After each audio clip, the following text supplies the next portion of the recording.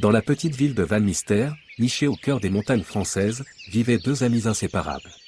Léa, la plus curieuse des deux, toujours à l'affût d'un mystère à résoudre. Et Max, le plus courageux, toujours prêt à affronter le danger.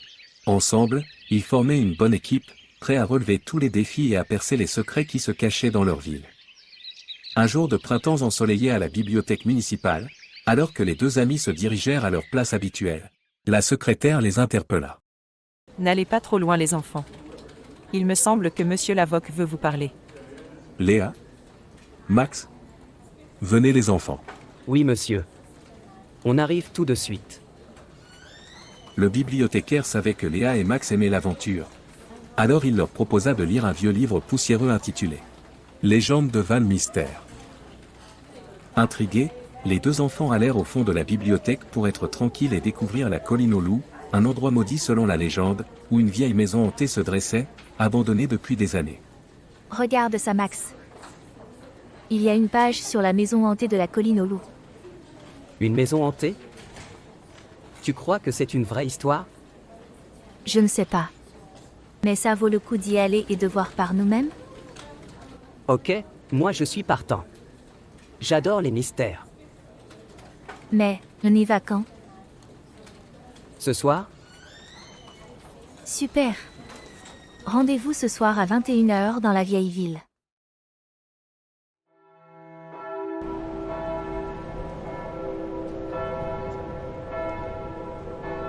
Salut Léa. Salut Max. C'est cool. Tu as pu venir. Tu sais, j'aurais manqué cette occasion pour rien au monde. Allez, viens.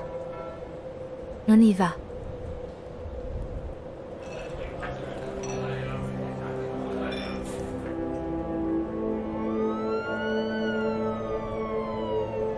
Regarde Max. On peut voir la maison sur la colline d'ici.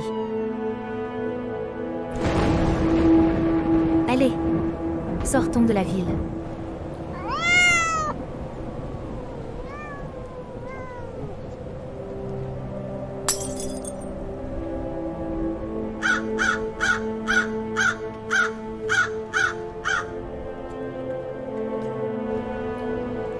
C'est cool. On sera éclairé par la pleine lune sur le vieux chemin. Ils entamèrent un chemin escarpé qui menait à la colline aux loups. L'atmosphère était pesante. Et le vent bruissait dans les arbres dénudés. Tu as peur? Un peu, j'avoue. Mais je suis surtout curieux de découvrir ce qu'il se cache dans cette maison. On dirait un loup. Écoute. Restons là. Le temps qu'ils partent. C'est bon. On continue. Arrivé en bout de chemin, se dressait une vieille maison en bois, connue de tous comme la maison hantée. Sa peinture écaillée et son jardin envahi par la végétation lui donnaient un air sinistre, qui glaçait le sang des habitants. Chaque nuit, les lumières étaient allumées. Bizarre, comme si une présence ne voulait pas qu'on les oublie. Allez. J'ouvre la porte.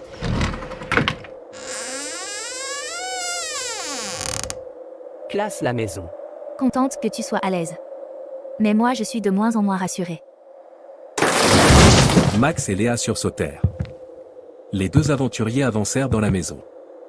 Le bruit sourd se rapprochant à chaque pas. Et là, un vieux fauteuil à bascule bougeait étrangement. Comme si une présence invisible l'occupait. Soudain, le fauteuil commença à se lever dans les airs. Un silence de plomb s'abattit sur la pièce. Leurs yeux étaient remplis d'effroi. Tout à fait extraordinaire. Puis, Max et Léa entamèrent quelques recherches.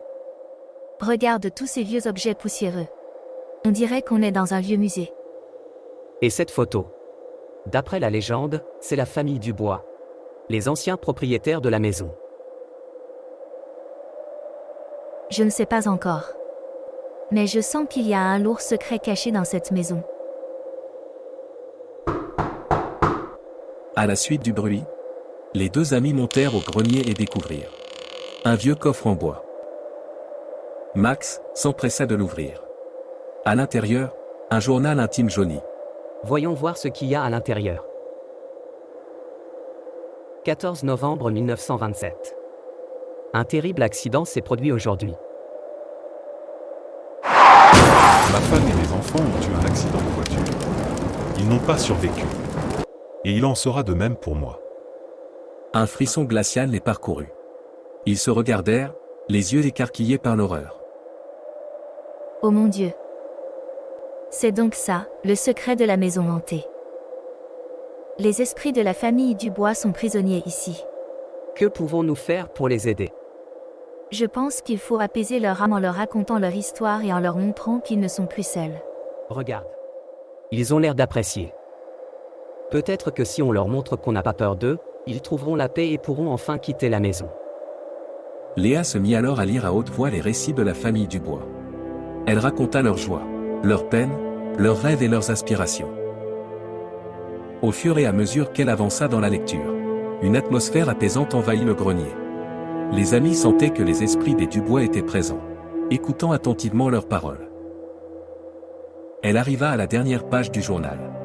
Un sentiment de tristesse et de compassion les envahit. Léa referma le journal avec respect et les deux regardèrent en silence. Soudain, une douce lumière enveloppa le grenier. Les amis ouvrirent les yeux et découvrirent que les esprits des Dubois partirent vers l'au-delà. On a réussi à les libérer. Je suis tellement contente qu'on ait pu les aider. Ensemble, ils quittèrent le grenier et descendirent les escaliers de la vieille maison. Ils savaient qu'ils ne l'oublieraient jamais. Mais ils étaient surtout soulagés d'avoir aidé les esprits des Dubois à trouver la paix. Peu à peu, la légende de la maison hantée de la colline au loup changea.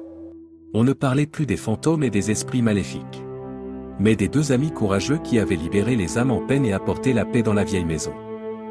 La maison resta abandonnée, mais elle ne fut plus jamais crainte par les habitants du village.